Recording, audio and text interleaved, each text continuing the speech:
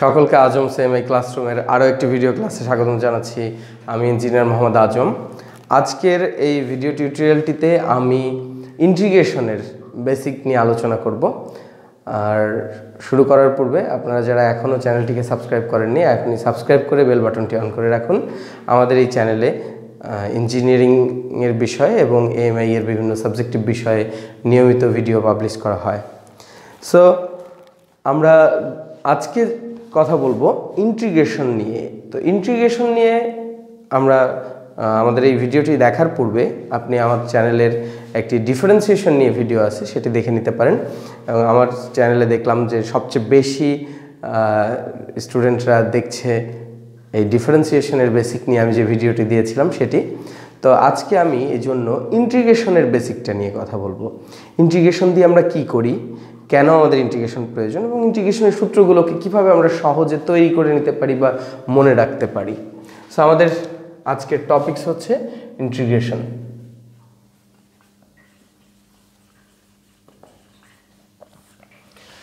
ইন্টিগ্রেশনাল calculus এবং differential calculus আসলে বিপরীতধর্মী। Integration এবং ডিফারেন্সিয়েশনের মূল কাজ আমরা যদি বলি তাহলে ডিফারেন্সিয়েশন হচ্ছে ক্ষুদ্র পরিবর্তনের হার নির্ণয় করে এবং কোনো রাশির এই ক্ষুদ্র পরিবর্তনকে সমষ্টি বা এক জায়গায় করার কাজ করে বা সবগুলোকে সামেশন করার কাজ করে ইন্টিগ্রেশন। তো ইন্টিগ্রেশন প্রথমত আবিষ্কৃত হয়েছিল কোনো বক্রতলের ক্ষেত্রফল নির্ণয়ের জন্য। তো আমরা যদি বলি যে ক্ষেত্রফল তো আমাদের অনেক সূত্র আছে, তো আমরা কেন ইন্টিগ্রেশন করে এই ক্ষেত্রফল বের করব বা ইন্টিগ্রেশন কেন আমাদের সায়েন্সের বিভিন্ন জায়গায় কাজে লাগে, এই বিষয়গুলো নিয়ে আমরা আজকে আলোচনা করব। সো আমাদের কাছে ক্ষেত্রফল নির্ণয়ের জন্য আমরা জানি সবচেয়ে পরিচিত যে সূত্র সেটি হচ্ছে আয়তক্ষেত্রের ক্ষেত্রফল দৈর্ঘ্য গুণ প্রস্থ। এরপর বর্গের ক্ষেত্রফল বাহুর স্কয়ার, ত্রিভুজের ক্ষেত্রফল হাফ ইন্টু ভূমি গুণ উচ্চতা, এগুলো আমাদের জানা আছে।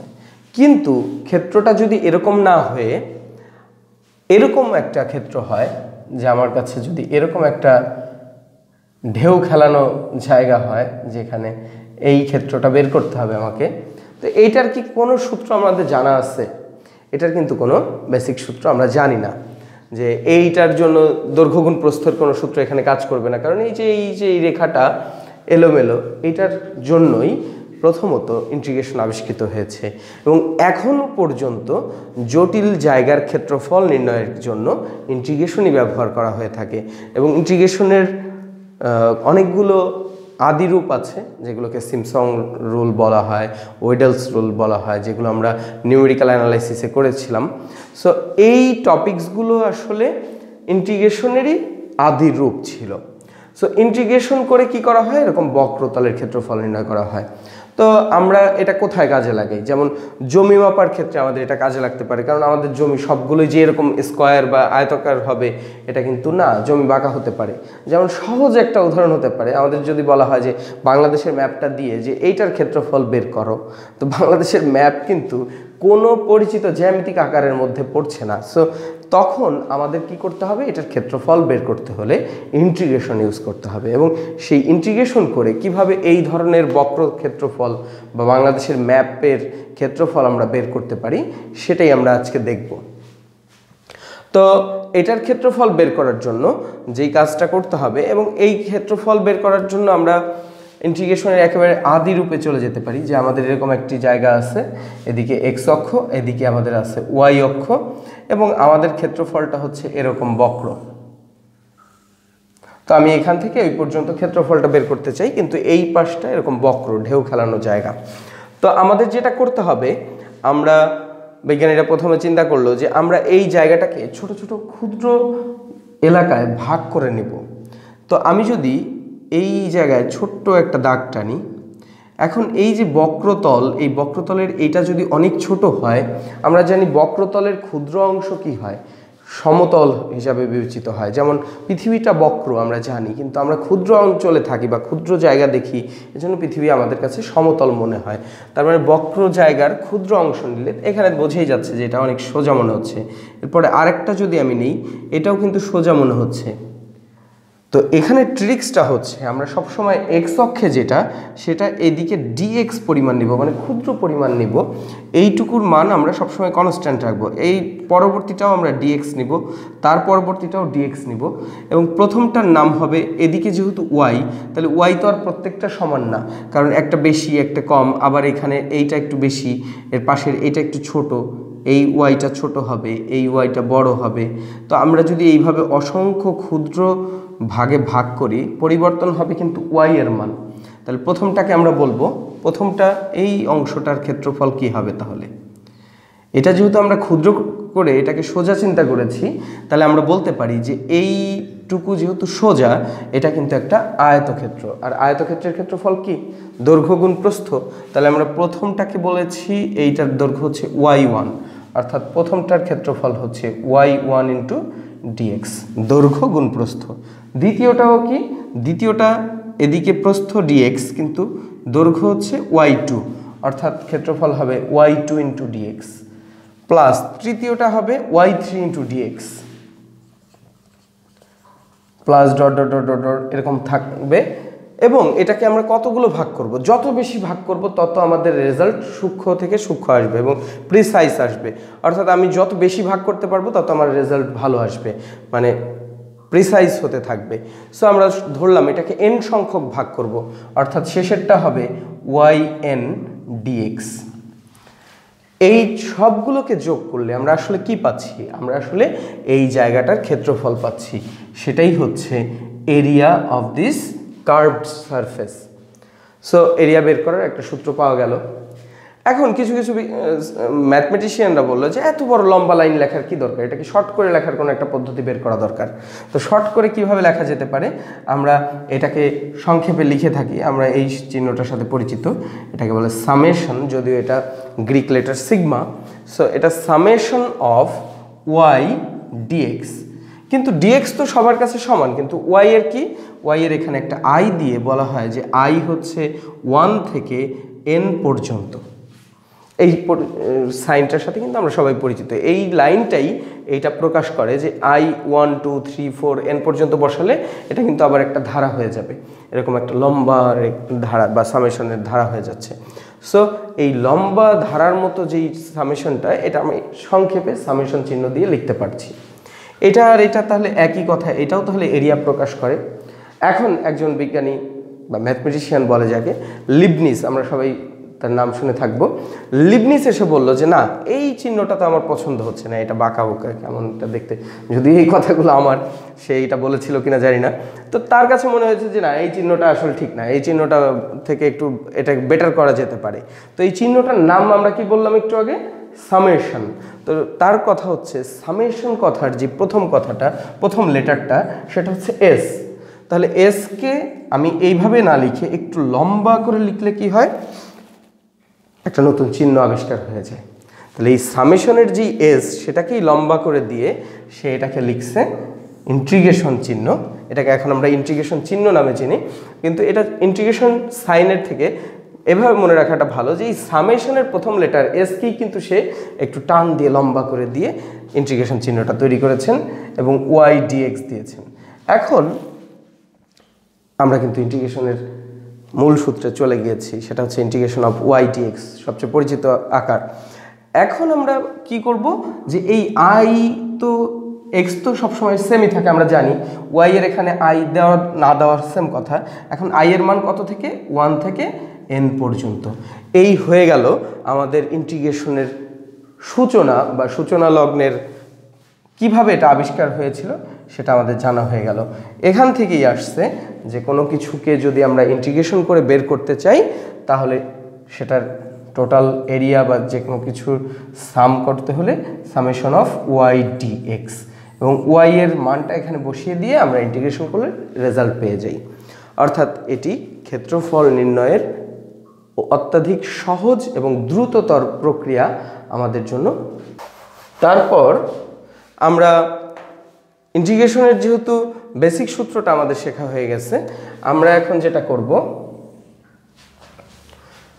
এটা দিয়ে আসলেই ক্ষেত্রফল বের হয় কিনা এটা দেখব। তো আমরা একটা গ্রাফ নেই, উপরের এইগুলো এখন আমাদের দরকার না।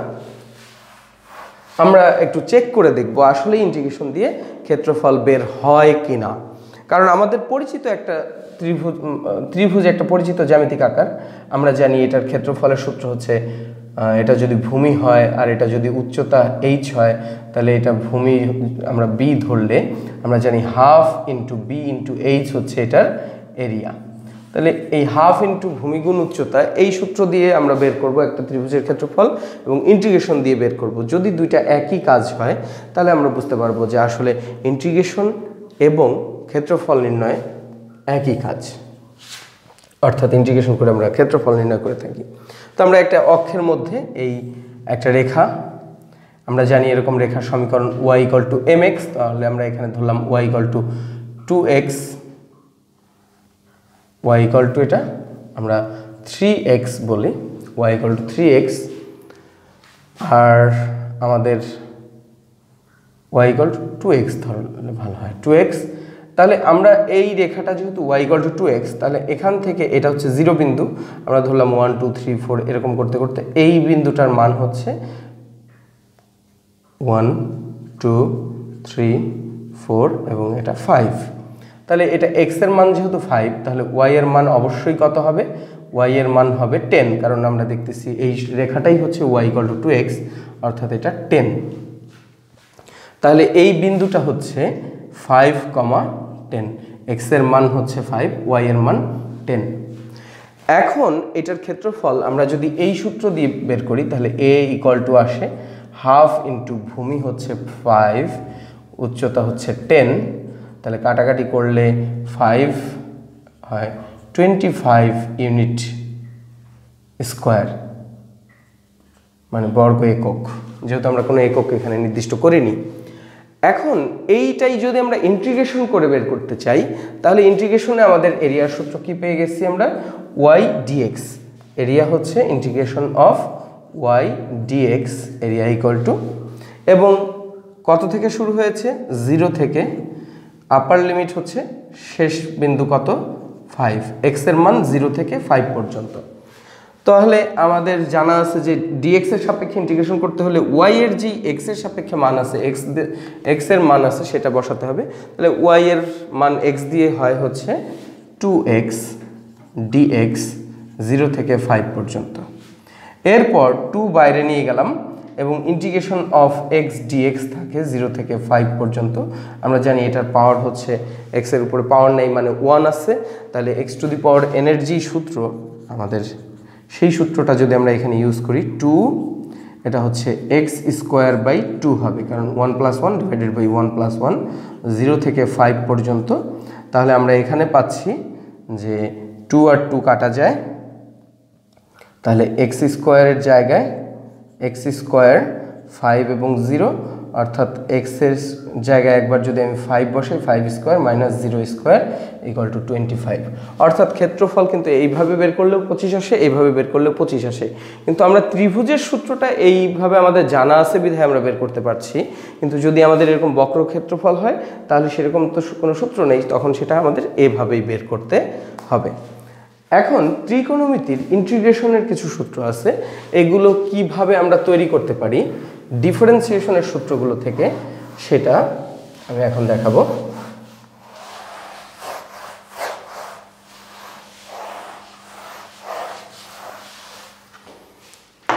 সেটি হচ্ছে ত্রিকোণমিতির ইন্টিগ্রেশনের ফর্মুলাগুলো কিভাবে আসে, আমি একটা বের করে দেখালে আপনারা বাকিগুলো আশা করি তৈরি করে নিতে পারবেন। আমরা জানি d/dx or ddx of sin x = আমরা জানি cos x। তো আমরা একটু আগেই শিখেছি যে ডিফারেন্সিয়েশন হচ্ছে ইন্টিগ্রেশনের বিপরীত গণিত, অর্থাৎ ডিফারেন্সিয়েশনের যেই সূত্র ইন্টিগ্রেশন তার বিপরীত হবে, এভাবে চিন্তা করলেও হয়। তো এটা কিভাবে আমরা ভেঙে করতে পারি সেটা এখন দেখাবো। এর আগে আমাদের একটা খুবই প্রয়োজনীয় একটা বেসিক সূত্র আমাদের জানতে হবে। ইন্টিগ্রেশন অফ dx = হচ্ছে x।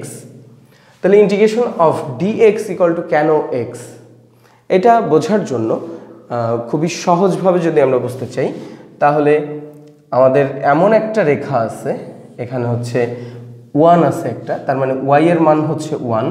সবসময় y এর মান যদি 1 হয়, এখান থেকে এইটুকু ধরলাম আমরা 1, ওয়াই এর মান এরপরটা হচ্ছে 2, তাহলে ওয়াই এর মান অলওয়েজ যদি 1 হয় তাহলে একটা রেখা পাওয়া যায়। আমরা জানি যদি ওয়াই ইকুয়াল টু বি হচ্ছে এক্স অক্ষের সমান্তরাল রেখার সমীকরণ, তাহলে এই রেখাটার নাম হচ্ছে ওয়াই ইকুয়াল টু 1 রেখা, আমরা সবাই জানি।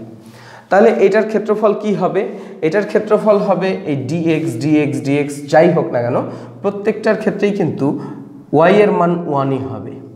তাহলে আমরা পাচ্ছি কি যে এরকম ডিএক্স ডিএক্স ভাগ করতে করতে সবগুলো এখান থেকে এই পর্যন্ত, তাহলে আমরা যদি ইন্টিগ্রেশন করি তাহলে ওয়াই এর মান সবসময় 1 হবে ইন্টু ডিএক্স, তারপরে plus 1 into dx plus 1 into dx, এভাবে যদি সবগুলো 1 ইন্টু ডিএক্স হয় তাহলে dot dot dot dot n পর্যন্ত হবে। তাহলে আমরা ওয়াই এর মান সবসময় 1, তাহলে 1 ইন্টু ডিএক্স প্লাস ডিএক্স এভাবে চলতেই থাকবে এবং সবগুলো এই ডিএক্সকে যোগ করলে আমরা এখানে যে মানটা পাবো এখান থেকে, তার মানে টোটাল এক্স হবে এটা, অর্থাৎ 1 into x equal two x, এইটার ক্ষেত্রফল হবে এক্স বর্গ একক। এভাবে চিন্তা করা যায়। অন্য আরেকটা ওয়ে আছে, এটা খুব ভালোভাবে বোঝার। ধরা যাক এটা তো আমরা বললাম যে এরিয়া বের করার সূত্র, কিন্তু পরবর্তীতে সায়েন্টিস্টরা যখনই কোনো কিছুর ক্ষুদ্র ক্ষুদ্র অনেক কিছুকে একত্রিত করতে হবে অর্থাৎ সামেশন করতে হবে, আমরা দেখলাম যে ইন্টিগ্রেশন আসলে সামেশনেরই একটা আধুনিক রূপ। তো কোনো কিছুর সামেশন করতে হলেই সেটা ফিজিক্সে হোক, ম্যাথে হোক, যে কোনো জায়গায় হোক, ইঞ্জিনিয়ারিংয়ের যে কোনো জায়গায় যখন কোনো কিছুকে সামেশন করতে হয় তখনই তাহলে আমরা ইন্টিগ্রেশন ইউজ করতে পারবো। এখন একটা সুন্দর উদাহরণ দিতে পারি আমি, সেটা হচ্ছে এই ডিএক্স কেন ইন্টিগ্রেশন করলে এক্স হয়। ধরা যাক আমার কাছে একটা আপেল আছে, আমি সেই আপেলটাকে ছোট ছোট পিস করলাম, অনেকগুলো পিস করলাম। এখন ম্যাথমেটিক্যালি কোনো কিছুর ছোট পিস, যেমন এক্সের ছোট পিসকে আমরা কি বলেছি ডিএক্স, তাহলে ম্যাথমেটিক্যালি আপেলের ক্ষুদ্র অংশকে আমাদের বলা হবে ডি আপেল। তাহলে ম্যাথমেটিক্যালি ওগুলো হচ্ছে ছোট ছোট পিসগুলো হচ্ছে ডি আপেল। ধরা যাক একটা আপেলকে ছোট ছোট পিস করে যে আমরা যেভাবে পরিবেশন করি ওর এক একটা পিস হচ্ছে ডি আপেল। এখন আমি যদি বলি এই সবগুলো ডি আপেল, একটা আপেলকে কেটে যেই ডি আপেলগুলো পাওয়া গেছে এই সবগুলোকে যদি আমি আবার জোড়া দিই কোনোভাবে আঠা দিয়ে বা যে কোনোভাবে, তাহলে এই জোড়া দেওয়া বলতে কি সামেশন করা। সবগুলোকে সামেশন করলে কি পাওয়া যাবে? অবশ্যই একটা আপেলই পাওয়া যাবে। এইভাবে আমরা মনে রাখতে পারি যে আপেলের ইন্টিগ্রেশন যেহেতু ডি আপেলকে ইন্টিগ্রেশন করলে যেহেতু ক্ষুদ্র ক্ষুদ্র আপেলকে জোড়া দিলে একটা আপেল পাওয়া যায়, অর্থাৎ ডিএক্সকে ইন্টিগ্রেশন করলে অবশ্যই একটা এক্স আসবে।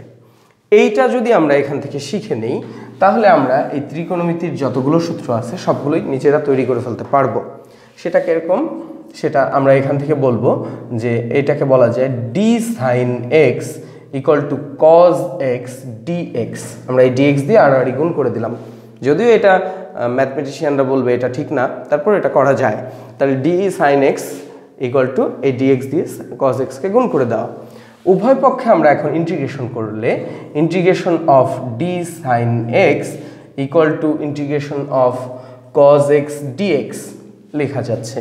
তো একটু আগের শেখা সূত্র ডি আপেলকে ইন্টিগ্রেশন করলে যদি আপেল হয় তাহলে ডি সাইন এক্সকে ইন্টিগ্রেশন করলে অবশ্যই সাইন এক্স হবে। অর্থাৎ আমরা পেয়ে গেলাম integration of cos x dx equal to d sine এক্সকে ইন্টিগ্রেশন করলে হয় সাইন এক্স। তাহলে কজ এক্সকে ইন্টিগ্রেশন করলে যে সাইন এক্স হয় সেটা আমরা তৈরি করে ফেলতে পারলাম। একইভাবে আমরা যদি এটা করি dx of cos x equal to minus sine x, তাহলে সেখান থেকে আমরা যেটা করতে পারি যে এই সূত্রটা আমরা ত্রিকোণমিতিতে মানে ডিফারেন্সিয়েশনের সময় জানি, এটাকে যদি আড়াআড়ি গুণ করা হয় তাহলে d cos x equal to minus sine x dx. উভয় পক্ষে আমরা ইন্টিগ্রেশন করব, ইন্টিগ্রেশন করলে আমরা লিখতে পারছি ডি cos x, ডি অ্যাপেলকে ইন্টিগ্রেশন করলে যদি অ্যাপেল হয় তাহলে ডি cos x কে ইন্টিগ্রেশন করলে অবশ্যই এটা cos x ই হবে ইকুয়াল টু আমরা লিখতে পারি মাইনাস সাইন এক্স হয়ে যাবে, এটা তো minus sine integration of sine x dx হবে। এখন এটাকে সূত্র লেখার সময় অবশ্যই আমরা সূত্রের পাশে মাইনাসটা রাখবো না, এই পাশে নিয়ে আসবো, অর্থাৎ উভয় পক্ষকে মাইনাস দিয়ে গুণ করে এই পাশে নিয়ে আসলাম। অর্থাৎ আমাদের নতুন সূত্র হয়ে গেল integration of sine x dx equal to minus cos x. তো আশা করি বাকি যেই চারটি সূত্র আছে সেই সূত্রগুলোকে ভেঙে আপনারা কিভাবে এই সূত্রগুলো আসে সেগুলো দেখতে পারবেন এবং বুঝতে পারবেন। এবং আমাদের চ্যানেলটিকে সাবস্ক্রাইব করে আমাদের চ্যানেলের সঙ্গেই থাকবেন। এবং যারা অনলাইনে আমাদের এখানে কোর্স করতে চান, এএমআই এর কোর্স অনলাইনে জুম অ্যাপের মাধ্যমে ঘরে বসে করতে চান, তাহলে আপনারা ডিসক্রিপশনে দেওয়া যেই নাম্বার আছে সেই নাম্বারে যোগাযোগ করে অনলাইনের কোর্সে ভর্তি হতে পারেন। এই কথা বলে আজকের মতো এখানেই শেষ করছি। ধন্যবাদ সবাইকে।